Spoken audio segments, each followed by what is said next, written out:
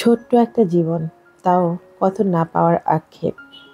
মাঝে মধ্যে মনে হয় জীবন বড়ই সুন্দর, আবার মাঝে মধ্যে মনে হয় এমন জীবন কেন দিলে সৃষ্টিকর্তা। তারপরেও মানুষ আশায় বাঁচে, আমিও মানুষ। জীবন অদ্ভুত রকমের সুন্দর।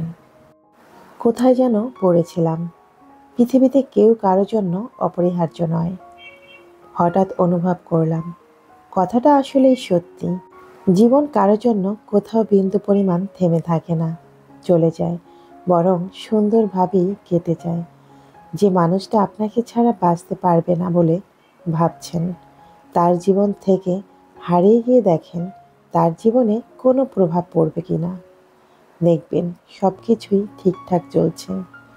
বড়জোর হুটহাট একটু আপনার অভাব বোধ হতে পারে, এর বেশি কিছু নয়। সময়ের সাথে সাথে সব মানিয়ে যায়। আসলে মানুষ অভ্যাসের মতো, অভ্যাস পাল্টে ফেলা একটু কঠিন, তবে অসম্ভব কিছু নয়। জীবনের এই পর্যায়ে এসে জীবনকে আমি এতটুকু বুঝেছি যে জীবন আসলে ধৈর্য ছাড়া আর কিছুই না। কেউ ছেড়ে গেলে ধৈর্য, কেউ রাগ করলে ধৈর্য, কেউ কুৎসা রটালে ধৈর্য, কেউ চরিত্রের উপর আঙুল তুললে ধৈর্য, কিছু চাইলে ধৈর্য, কিছু না পেলে সেখানেও ধৈর্য। মূলত ধৈর্য ধরাটা জরুরি। ধৈর্য ধরা ছাড়া আমাদের আর কোনো উপায় নেই।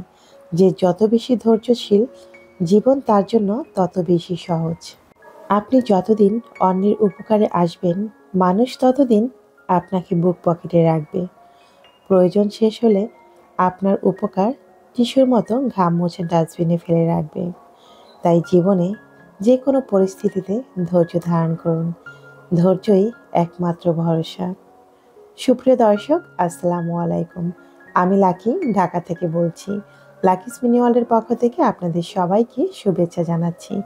কাছে কিংবা দূরে, দেশ এবং দেশের বাইরে, যে যেখান থেকে আমার আজকের ভিডিওটি দেখছেন কিংবা দেখছেন না, আশা করছি আল্লাহ পাকের অশেষ রহমতে আপনারা সবাই খুব ভালো আছেন।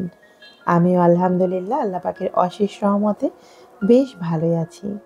চলে এলাম আজকে নতুন আরেকটি দিনের গল্প, কথা এবং কাজ নিয়ে। কেমন আছে আমার সমস্ত মিষ্টি আপুরা? আশা করছি আমার সকল আপুরা ভালো আছেন, সুস্থ আছেন, নিরাপদে আছেন। প্রতিদিনের মতো আজকের ব্লগটিও সকাল থেকেই শুরু করেছি। আজকে সকালবেলার নাস্তায় একটু ভিন্ন রকম আয়োজন করেছি। গতকাল রাতে অনেকগুলো ভাত রান্না করা হয়েছে। এখন শীতের দিন, ঠান্ডা ভাত তো তেমন একটা খাওয়া হয় না, তাই ভাবলাম সকালবেলা ভাত দিয়ে নাস্তাটা রেডি করে ফেলি। রাতের বেঁচে যাওয়া ভাত দিয়ে আমি মাঝে মাঝে এভাবে নাস্তা রেডি করে ফেলি, অনেকটা ফ্রাইড রাইসের মতো করে। তো আজকে আমি ভাতটা ভাজি করে নিয়েছি, আর সেই সঙ্গে চিকেন ফ্রাই করে নিয়েছিলাম। বাচ্চারা কিন্তু এটা ভীষণ পছন্দ করে। তো এক কথায় মোটামুটি একটা ভারী নাস্তাই সকালে হয়েছে। এরপর চলে এলাম দুপুরে রান্নার আয়োজন করতে। আজকে যেহেতু অনেকটা শীত পড়েছে, তাই ভাবলাম হাঁসের মাংস রান্না করি, আর সেই সঙ্গে রুটি পিঠা। প্রথমে আমি আটা সেদ্ধ করে নিয়েছি রুটি পিঠা তৈরি করার জন্য। এরপর হাঁসের মাংসটা বসিয়ে দিচ্ছি। আজকে আর আপনাদের সঙ্গে রুটি পিঠা তৈরি করা শেয়ার করছি না। রেগুলার তো ভিডিওর মধ্যে কখনো না কখনো রুটি পিঠা তৈরি করছি, তাই ভাবলাম আজকে আর সেই ঝামেলাটা না করি। রান্না শেষ করে একটু বাহিরেও যাওয়ার আছে, তো কেন যাচ্ছি সেটাও আপনাদেরকে পরবর্তীতে দেখিয়ে দিচ্ছি। ভিডিওর এ পর্যায়ে আপনাদের সবার কাছে একটা রিকোয়েস্ট করে নিচ্ছি, যেটা রেগুলার করে থাকি। যারা যারা এখন পর্যন্ত আমার ভিডিওটি দেখতে শুরু করেছেন, তাদের সবাইকে বলছি, ভিডিওটি দেখতে দেখতে ভিডিওর নিচে একটি লাইক দিয়ে ফেলুন যদি আপনাদের কাছে ভিডিওটি একটুও ভালো লেগে থাকে। আর হ্যাঁ, ভিডিওটি দেখা শেষ করে ভিডিও বিষয়ে যদি আপনাদের কোনো মতামত হয়ে থাকে, তাহলে সেটা কমেন্ট বক্সে কমেন্ট করে জানিয়ে দিবেন। আর আপনি যদি আজকে প্রথম আমার চ্যানেলটি ভিজিট করে থাকেন, তাহলে আপনাকে বলছি, আমার কোনো কথা বা কাজ যদি আপনার কাছে একটুও ভালো লাগে, তাহলে আপনি চাইলে আমার ছোট্ট পরিবারের একজন সদস্য হয়ে থেকে যেতে পারেন আমার চ্যানেলটি সাবস্ক্রাইব করে। কথা বলতে বলতে রান্নার পর্বটি শেষ করে ফেলেছি। এখন চলে এলাম বাহিরে। প্রতিদিন তো মেয়েকে নিয়ে কোচিংয়ের উদ্দেশ্যে বাহিরে আসি, আজকেও তার ব্যতিক্রম নয়। তবে আজকে টাইমটা আর নষ্ট করিনি। অনেকদিন পর্যন্তই ভাবছিলাম মাটির কিছু জিনিসপত্র কিনব, কিন্তু এখানে আসাই হয় না। এটা কিন্তু খুব একটা দূরে নয়, আমি যেখানে রেগুলার আসি তার থেকে অনেকটাই কাছে। হেঁটে আসতে সর্বোচ্চ 2 থেকে 3 মিনিট সময় লাগে। তারপরে ওই যে আলসেমির কারণে কখনোই আসা হয় না। তো আজকে ভাবলাম যেহেতু অনেকটা সময় মেয়ের জন্য ওয়েট করতে হবে, প্রায় 3 ঘন্টার মতো, তাই এখানেই চলে আসলাম। এই জায়গাটা কোথায় বলেন তো? মিরপুর 2 নাম্বার। স্টেডিয়াম তো আমরা সবাই চিনি কম বেশি, কারণ আমরা বাংলাদেশিরা অনেক বেশি ক্রিকেট প্রেমী। ক্রিকেট খেলাটাকে আমরা অনেক বেশি ভালোবাসি। আর আমরা স্টেডিয়াম চিনব না তা কি করে হয়? তো এটা ঠিক স্টেডিয়ামের দেয়াল ঘিরেই রয়েছে। এখানে কিন্তু একটা দোকান নয়, অনেকগুলো দোকান এখানে সারিবদ্ধভাবে দেওয়া আছে। আগে কিন্তু এতটা ছিল না। একটা সময় ছিল আমি এই মাটির জিনিস কিনতে শাহবাগে যেতাম। এখন আর সেটা করতে হচ্ছে না। আমাদের হাতের কাছেই এগুলো পাওয়া যাচ্ছে।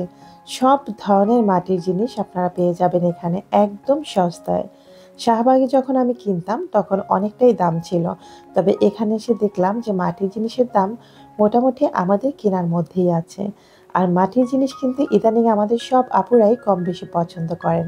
তো যারা কিনতে চান মাটির জিনিস খুব অল্প দামে, তারা ঝটপট করে এখানে চলে আসতে পারেন। এটা মিরপুর 2 নাম্বার। সবাই চিনবে। স্টেডিয়ামের ঠিক অপোজিট সাইডেই ওয়াল ঘেঁষেই এগুলোর দোকান রয়েছে। এখানে শুধু মাটির জিনিস নয়, অনেক রকম গাছও রয়েছে। এক কথায় পুরো রোড জুড়েই এরকম রোড সাইড মার্কেটগুলো পেয়ে যাবেন। ঘর সাজানোর নানা রকম জিনিস আপনি যেটা চাইবেন বা আপনার ইচ্ছের মধ্যে, আপনার সাধ্যের মধ্যে সব কিছু এখানে পেয়ে যাবেন। তো আমি আজকে খুব বেশি কিছু কেনাকাটা করব না। তার কারণ হচ্ছে আমি তো খুব শীঘ্রই নতুন ফ্ল্যাটে উঠে যাব। তাই আমার বাসায় কি কি প্রয়োজন হবে সেটা চিন্তা করে তখনই আমি কিনবো। তাই এখন খুব বেশি কিছু কিনছি না। মোট কথা হচ্ছে আমি এসেছিলাম এই এলাকাটা সম্পূর্ণ ঘুরে দেখব যে এখানে আমি কি কি পাবো। তো এসে যা দেখলাম, সত্যি আমি এর আগে যখন এসেছি এত কিছু ছিল না। এখন এখানে পাওয়া যায় না এমন কোনো জিনিস নাই। তাই যারা আপনারা ঘর সাজাতে ভালোবাসেন তারা যতটা সম্ভব জলদি করে এখানে চলে আসুন। খুব অল্প দামে একদম সস্তায় সব ধরনের জিনিস পেয়ে যাবেন। এমন অনেক কিছু আছে যেগুলো আমরা অনলাইন ঘেঁটে তারপরে কিনি, কিন্তু এখানে যদি আপনি একবার কষ্ট করে চলেই আসেন, আপনার মনের মতো সব কিছুই পেয়ে যাবেন। তো আমি এখানে একটু গাছও দেখছিলাম। একুরিয়ামের মধ্যে সুন্দর করে গাছগুলোকে সাজিয়ে রেখেছে। সাজিয়ে রাখা না, জাস্ট এগুলো এভাবেই থাকবে। তো সেটাও একটু দেখে নিলাম। পরবর্তীতে আমার নিশ্চয়ই কাজে আসবে। তো এই যে দোকানটায় দেখতে পাচ্ছেন, এখানে নানা রকম বেতের জিনিস রয়েছে যেগুলো বেত দিয়ে তৈরি। অনেক সুন্দর সুন্দর বাবুই পাখির বাসাগুলো রয়েছে। দোকানের ভিতরের অংশে অনেক সুন্দর সুন্দর মিরর রয়েছে। শুধু মিরর কেন বলছি, এক কথায় সব কিছু পেয়ে যাবেন। আপনাদেরকে আমি কোনটা রেখে কোনটার কথা বলবো, তাই তো আমি জাস্ট আপনাদেরকে দেখিয়ে দিচ্ছি। আপনারা দেখলেই বুঝতে পারবেন এখানে কি কি রয়েছে। মাটির অনেক সুন্দর সুন্দর হাড়ি রয়েছে। নেক্সট টাইম যখন আমি এখানে আসব, ইনশাল্লাহ আমি এখান থেকে মাটির এক সেট হাড়ি নিয়ে যাব। সবকিছুই কিনেছি, কিন্তু মাটির হাঁড়ি আমার কেনা হয়নি। তাই ভাবছিলাম যে এরপর গিয়ে মাটির হাঁড়ি কিনবো। যেহেতু বাসা চেঞ্জ করব, সেই বিষয়টা মাথায় রেখে এখন কিন্তু মাটির জিনিস খুব একটা কিছু কিনছি না। তবে যেগুলো খুব বেশি প্রয়োজন সেরকম কয়েকটা জিনিস নিচ্ছি। আর কি কি নিয়েছি সেটা কিন্তু বাসায় গিয়ে আপনাদের সঙ্গে শেয়ার করব। আমি এখানে এসে তো একদম অবাক হয়ে গেছি যে এত সুন্দর সুন্দর জিনিস এখন বিক্রি করে। যদিও এর সামনে দিয়ে আমার প্রতিনিয়ত যাওয়া আসা হয়, কিন্তু এভাবে কখনো লক্ষ্য করে দেখিনি কি কি এখানে সেল করা হয়। তো আপনি আপনার মনের মতো যা কিছুই চাইবেন সব কিছু এখানে পেয়ে যাবেন। যারা মিরপুরের আশেপাশে আছেন, আমার মনে হয় আমার সেই সকল আপুরা অবশ্যই এই জায়গাটার কথা জানেন। আর যারা মিরপুরের একটু দূরে রয়েছেন, তারা হয়তোবা এখনো এখানে আসেননি। তাদেরকে বলছি, যদি আপনার বাসাটাকে সুন্দর করে সাজাতে চান, মনের মতো জিনিস পেতে হলে এখানে চলে আসুন। আপনি যা চাইবেন আমার মনে হয় সব কিছুই পেয়ে যাবেন। ঘর সাজানোর সব কিছুই এখানে আছে। এই যে দোকানটাতে দেখতে পাচ্ছেন, এখানে কিন্তু নানা রকমের শোপিস আছে। আপনার যা কিছু প্রয়োজন সব কিছু। অনেকগুলো রয়েছে মাটির তৈরি, আবার অনেকগুলো বেতের তৈরি, আবার কিছু কিছু রয়েছে কুশি কাটা বা সুতা দিয়ে তৈরি। আর ময়ূরের পালক দিয়ে অনেক সুন্দর সুন্দর কিছু শোপিস রয়েছে। মানে সব কিছুই আপনার পছন্দনীয় হবে এমন জিনিসটাই এখানে পেয়ে যাবেন। আসলে সব কিছু বিবরণ দিয়ে বোঝানো যাবে না, তাই তো আমি শুধু আপনাদের সঙ্গে একটু শেয়ার করে দিচ্ছি। আর আপনি আপনার প্রয়োজনীয় জিনিসগুলো এখান থেকে কালেক্ট করতে পারেন। এখন আমার কয়েকজন মিষ্টি আপুদের কমেন্টের উত্তর দিয়ে নিচ্ছি। ততক্ষণ আপনারা দেখতে থাকুন এখানে কি কি পাওয়া যায়। মাই ফ্যামিলি মাই ব্লগ থেকে একজন আপু কমেন্ট করেছেন, আপু আসসালামু আলাইকুম। ওয়ালাইকুম আসসালাম আপু। আজকে প্রথম ভিজিট করলাম আপনার ভিডিও। আপু মনটা জুড়িয়ে গেল তোমার ভিডিওর শুরুতেই কথাগুলো শুনে। আপু সবগুলো রান্না অনেক লোভনীয় হয়েছে। আপু সম্ভবত একজন ইউটিউবার। ধন্যবাদ আপু আমার পরিবারের নতুন সদস্য হওয়ার জন্য। ঝুমুর বেগম আইডি থেকে আমার প্রিয় ঝুমুর আপু অনেকগুলো কমেন্ট করেছেন।